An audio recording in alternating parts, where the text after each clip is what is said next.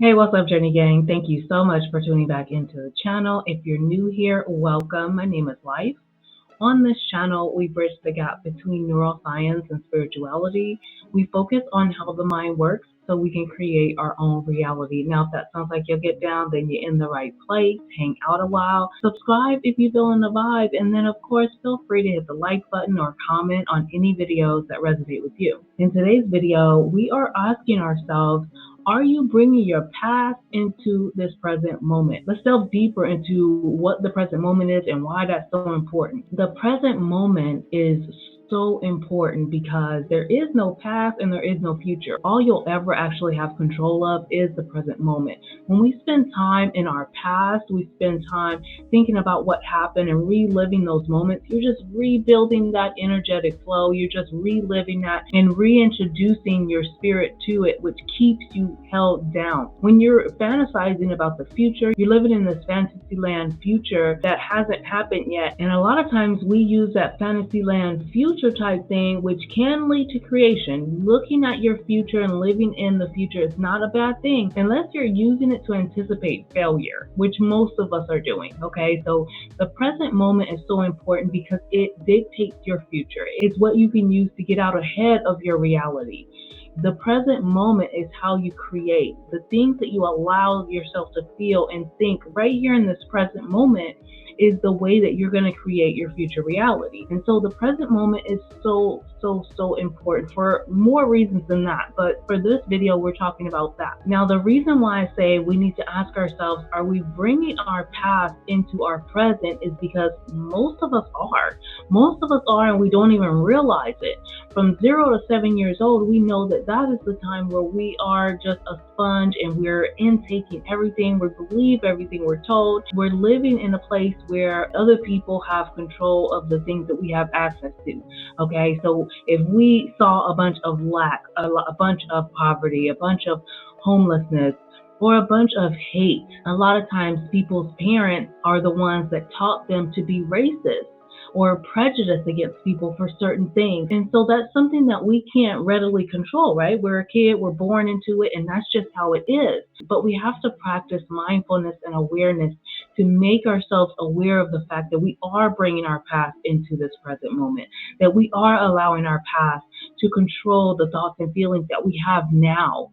And we don't realize that we can choose to be happy now. We can choose to feel satisfied now. We can choose to be joyous now, no matter what is in our reality, no matter what it looks like in our present moment.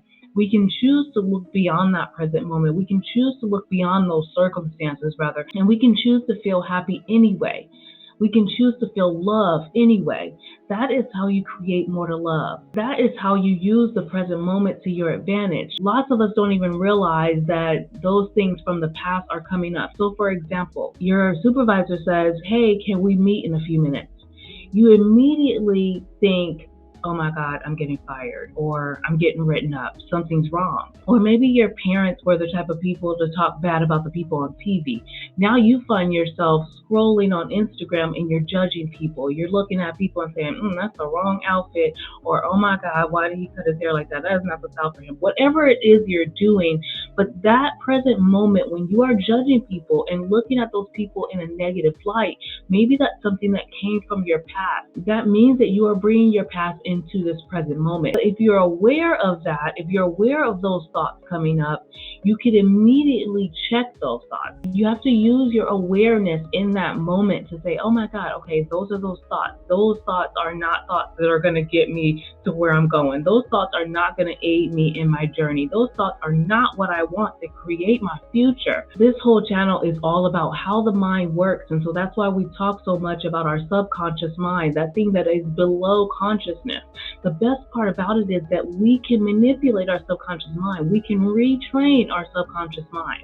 Okay, neuroplasticity proves it. I encourage you to look these things up. Don't just believe me or anybody else that you're listening to that's saying, hey, be positive, think positive thoughts, be happy. It's not as easy as that. You have to realize what you're doing. You have to be invested in it, or you will drop it.